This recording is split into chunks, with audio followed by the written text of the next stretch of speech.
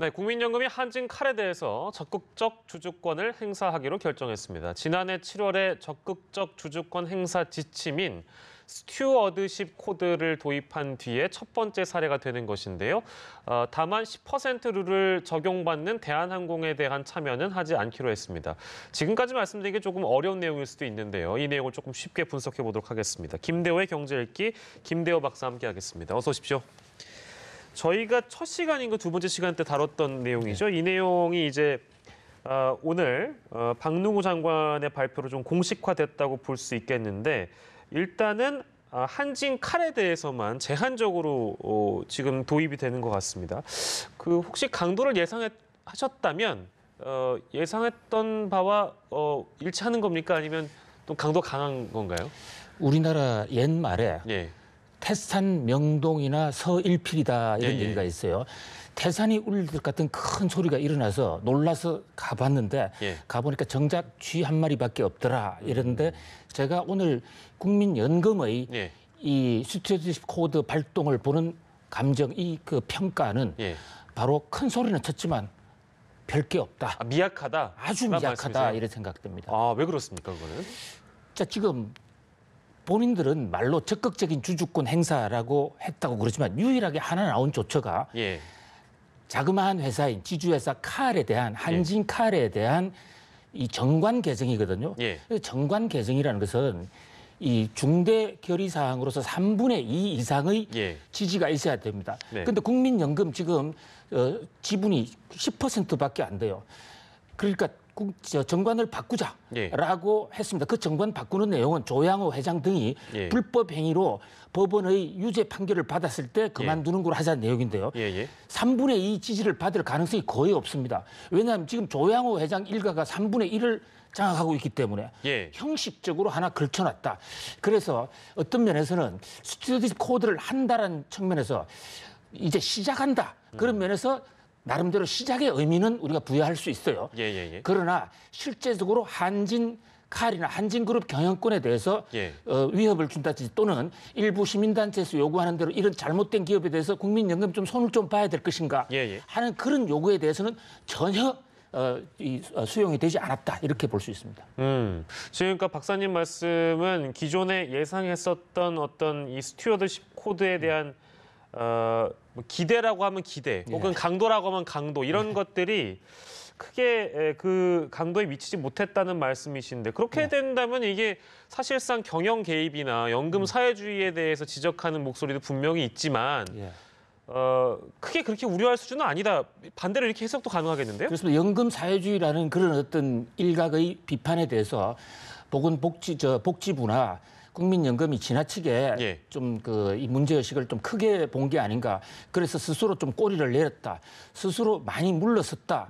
이렇게 볼 수 있어요. 그리고 연금 사회주의란 말도 애당초부터 상당히 과장된 표현입니다. 그것은 이 경제 정책의 변화를 바라지 않는 보수 일부 세력에서 나오는 얘기. 미국이나 영국 지금 이런 나라가 지금 하고 있는데 그것을 이 연금 사회주의라 그러면 우리가 영국이나 미국 보고 사회주의 국가라 이렇게 얘기한다는 것은 좀 언어 도단이지 않습니까? 그런 면에서 개혁 저항 세력들의 반발이었다. 저는 이렇게 봅니다. 그런 목소리를 아마 의식해서인지 모르겠습니다만 박능후 장관도 이런 어떤 주주권 행사 지침을 도입하게 된 배경에 대해서 국민연금의 수익성 제고가 역시 일대 원칙이다. 이런 얘기를 했거든요. 저번에도 저희가 말씀 나누셨을 때도 이런 어떤 적극적인 그 경영 개입이라는 것이 결국에는 이제 국민들을 위한 것이다. 라고 말씀해 주셨잖아요. 알겠습니다. 그 지적 사항은 저희가 이제 차치하고 좀 이야기를 좀 이어가 보면 한진칼은 일단 그렇고요. 대한항공은 뭐 행사 안 하기로 했습니다. 아예 손도 안 대기로 했죠. 그러니까 이유가 뭡니까? 대한항공의 경우에는 지금 지분율이 국민연금의 지분율이 10%를 조금 넘어가거든요. 우리 자본시장법에 이 지분이 10% 넘어가는 펀드 같은 경우에는 경영 개입을 하게 되면 자기의 주식 소유 상태를 낱낱이 공개하고 또 경영 개입 이후에 생기는 이득, 이 주식 투자 이익에 대해서는 6개월간을 반납을 하도록 돼 있어요. 그러니까 이 대목에 대해서는 이제 국민연금 좀 부담스러웠을 겁니다. 왜냐하면 경영 개입을 한 이후에 주가가 만약 올라갔다. 그러면 그 이익이 생겼는데 그건 국민들의 이익이란 말이죠. 그것을 반납해야 되니까. 그 매매 차익이 있으면은 그걸 반환을 해야 되는 거예요.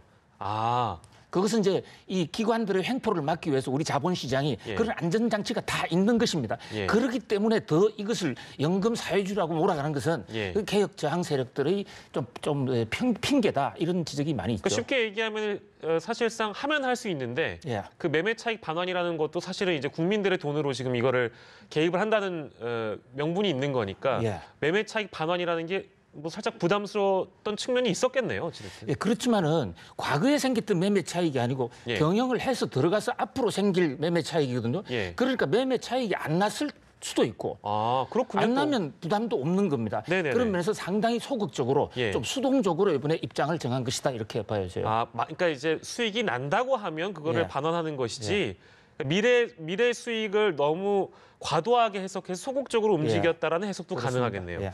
알겠습니다. 저희가 두 번째 시간에 다뤘던 이 한진칼의 2대 주주 사모펀드 아마 예. 시청자 여러분들 기억나실 텐데 바로 강성부 펀드입니다. 근데 여기에서 지금 임기 만료 앞둔 이사들 교체하라 뭐 이런 목소리도 내고 있어가지고요. 지금 아무래도 이제 한진 쪽에서는 국민연금이 또 개입을 한다고 생각할 수도 있고 강성부 펀드가 개입을 한다고도 생각할 수도 있겠습니다만 현재 상황은 그렇습니다.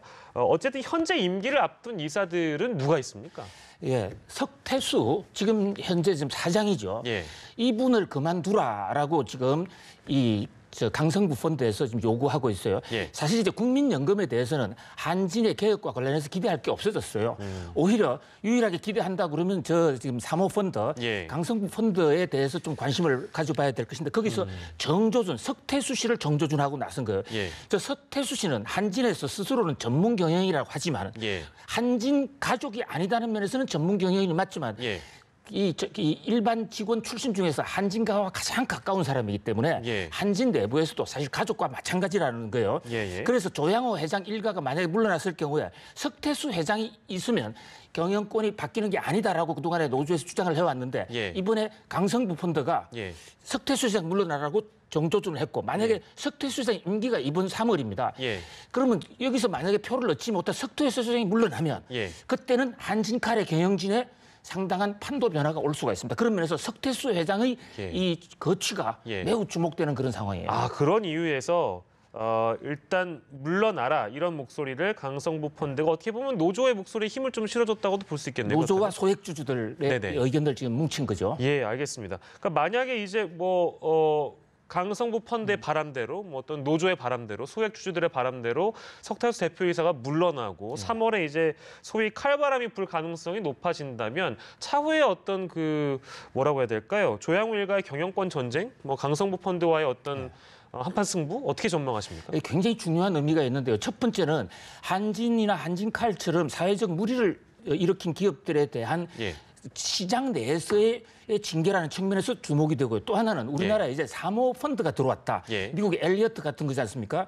미국은 굉장히 파퓰러라이즈되어 보편화되어 있는 건데 우리는 이 강성부 펀드를 통해서 이제 사모펀드가 예. 자본시장에 굉장히 큰 영향을 주는 시대가 왔어요. 예. 이 펀드가 어떻게 영향을 주느냐 그걸 굉장히 이번에 시금석이 될 것으로 보이는데요. 현재 예. 지금 강성부 펀드는 서울대 경영대 교수라든지 몇 사람을 지금 사회이사로 추천했습니다. 예. 그래서 사회적 명망 있는 사람을 추천을 했고 예. 또 임원들 인건비를 삭감하자. 예. 그래서 회사의 수익을 높이자고 그러는데 시장의 주권을 통해서 들어온 경영진들이 과연 회사를 살릴 수 있느냐, 예. 경영이 개선될 수 있느냐 이거를 볼 수 있는 굉장히 중요한 시험대라고 볼 수 있겠습니다. 예, 앞으로의 상황이 또 어떻게 돌아갈지 굉장히 궁금해지네요. 오늘은 이 스튜어드십 코드를 도입한 첫 번째 사례로서 이 내용을 좀 짚어봤습니다.